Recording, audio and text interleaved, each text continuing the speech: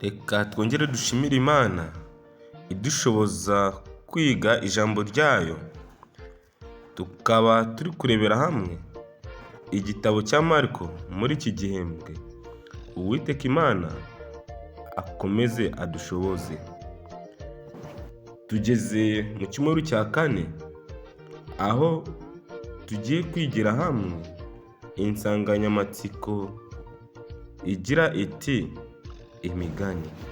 Imigani niyo nsanganyamatsiko tugiye kuzirikana cyane muri iki cyumweru, aho kuri uyu munsi tugiye kurebera hamwe ingingo yo ku isabato nimugoroba.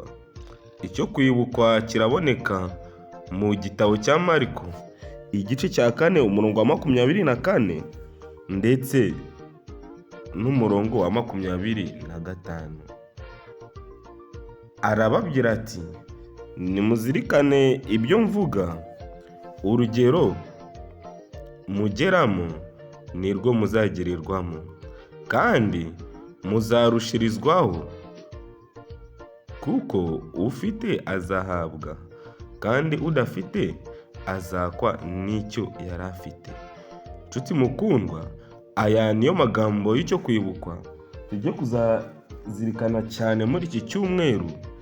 Iki cyumweru cya 4 tugiye kwigira hamwe insanganyamatsiko ivuga ngo imigani. Reka mbere ko tujya mbere muri iki cyigisho cy'uyu munsi, twiragize Imana dusenge. Turagushimiye Uwiteka Mana ishobora byose, turaguhimbaje, uhabwe icyubahiro. Turakuraritse kugira ngo Mwuka wawe wera azabane natwe muri iki cyumweru cyose, ubwo tugiye gutangira indi nsanganyamatsiko ivuga ngo imigani. Reka tuzayoborwe na Mwuka wera, nibyo tugusabiye ubuntu mu izina rya Yesu Kristo umwami wacu, amen.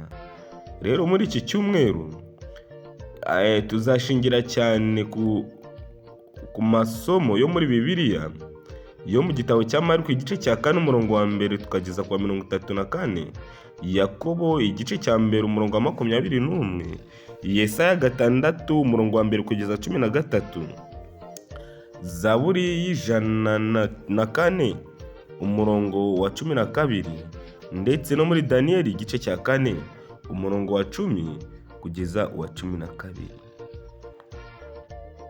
Nukuri nshuti mukundwa, icyigisho cy'iki cyumweru kibanda ku migani iboneka muri Mariko igice cya 4. Ubutumwa bwiza bwanditswe na Mariko nibwo bufite imigani mike ubugereranyije n'ubutumwa bwiza bwose buvuga inkuru zisa Matayo, Mariko na Luka. Hashize imyaka myinshi abahanga bajya impaka ku busobanuro bw'imigani ya Yesu, uburyo bwo kuyisobanura, icyo isobanura, impamvu Yesu yayikoresheje, amasomo yashakaga kwigisha, ndetse n'uburyo yagombaga gufatwa cyangwa niba yari imihimbano gusa.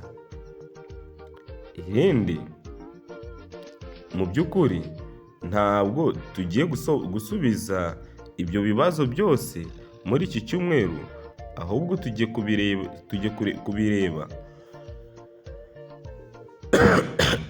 ahubwo tugiye kubirebera hamwe, kandi kubwo gufashwa n'Imana tuzasobanukirwa n'ingingo Yesu yashakaga kuvuga muri iyo migani.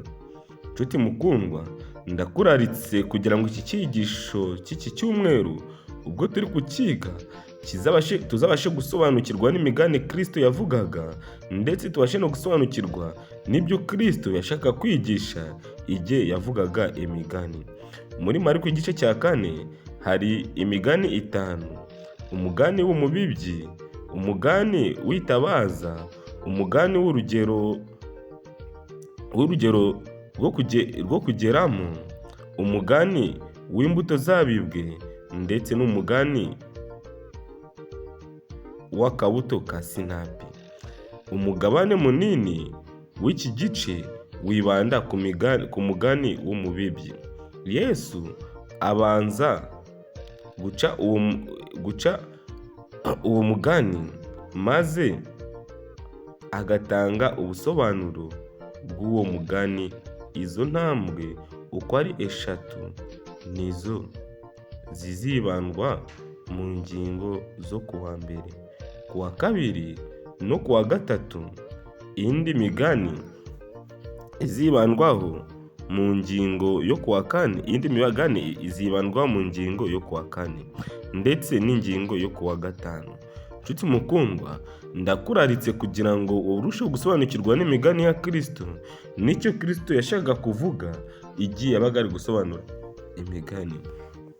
Iki cyumweru rero nibyo tujye kuzarebera hamwe muri iki gice cya 4 cya Mariko. Ndakwinginze kugira ngo Umwuka Wera azarushe kubana nawe ubwo tujye kwigana iki cyigisho muri iki cyumweru. Uwiteka Umwami Imana rero adushoboze gukurikira iki cyigisho neza. Dusenge Imana. Turakwishimiye Uwiteka Mwami Imana, wo ukomeje kutwitaho kugeza amagingo aya ngaya. Turakwinginze rero kugira ngo udushoboze kumva ijambo ryawe tukaryumvira mu murongo muzima. Nibyo tugusabiye ubuntu mu izina rya Yesu Kristo Umwami wacu. Amen. Ubwo rero ubwo tujye gutangira iki cyumweru, ndakwinginze aho bizagushobokera ujye ufasha n'abandi kugira ngo ibi byigisho bijye bibageraho. Usangize bagenzi bawe ibi byigisho ukora share, ndetse kugira ngo ubutumwa bwiza bubashe gusakara ku bantu bose. Waba ufite ikibazo ujye wandika muri komenti, maze ibibazo byawe tukajya tubisubiza. Nicyo wumva ko ukwiye kubona ko cyagenda neza, byose ujye ubyandika, maze tujye turushaho gukurikiza ibyifuzo by'abantu bumva bakurikirana ibi byigisho. Kora share, usangize abandi kugira ngo ubu butumwa bubagereho. Uwiteka Umwami Imana rero abidushoboze, nibyo ngusabiye mu izina rya Yesu Kristo Umwami wacu. Amen.